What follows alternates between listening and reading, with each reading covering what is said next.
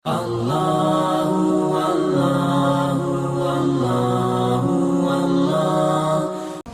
Jika dalam perjalanan safar ketika mengendarai mobil tiba-tiba terjadi kecelakaan karena kecepatan tinggi kemudian menyebabkan adanya beberapa penumpang yang meninggal dan luka-luka, apakah sopir tersebut berdosa karena ada korban? Jika diusut di peradilan biasanya si sopir akan dihukum beberapa tahun penjara. Jika sudah dihukum apakah dosanya sudah diampuni? Tentu dilihat di sini. Dia cepat itu memang cepat yang normal biasa, nggak ada masalah, terus terjadi kecelakaan ban tiba-tiba meledak ya, rusak dan seterusnya, itu lain, itu nggak ada dosa. Tapi kalau dia maksudkan, memang dia maksudkan, dia sengaja melakukan, kan dia tahu niatnya. Kalau dia niatnya maksudkan berarti dia menjadi penyebab dosa di sini. Ada yang mati, ada yang luka, ya dia berdosa, pastinya begitu, pastinya begitu. Kalau ada orang sudah dihukum di dunia karena perbuatannya, tetap kita kembali kepada hukum syar'i. Hukum syar'i menjelaskan kepada kita ada dua jenis dosa. Ada dosa yang berhubungan dengan Allah saja, zina, tidak sholat, tidak puasa, tidak haji, antara dia dengan Allah.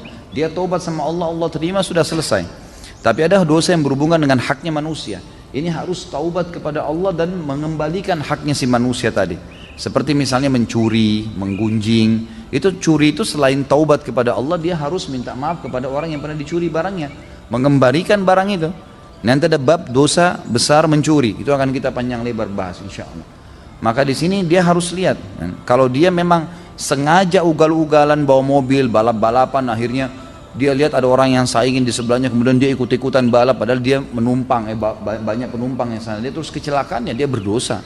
Ada yang terbunuh, ya dia penyebabnya. Sama kasus tadi sudah kita berikan contoh-contohnya. Itu berarti dia dapat dosa di situ. Masalah dia dihukum di sini, dia dihukum penjara, apakah sudah lepas hukumnya di akhirat? Tentu tidak. Secara akhirat tidak lepas, karena untuk melepaskan diri di akhirat dia harus minta maaf sama keluarga-keluarga orang yang terbunuh ini. Di antaranya dalam Islam dia harus bayar denda. Dia itu tergantung yang disepakati oleh peradilan Islam yang ada di sekitar tempat atau tempat dia tinggal.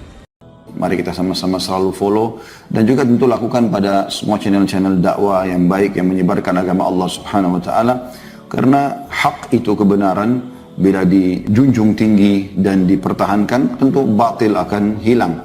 Namun kalau kita tidak bekerja sama dalam mendukung kebenaran maka otomatis kebatilan akan merajalela.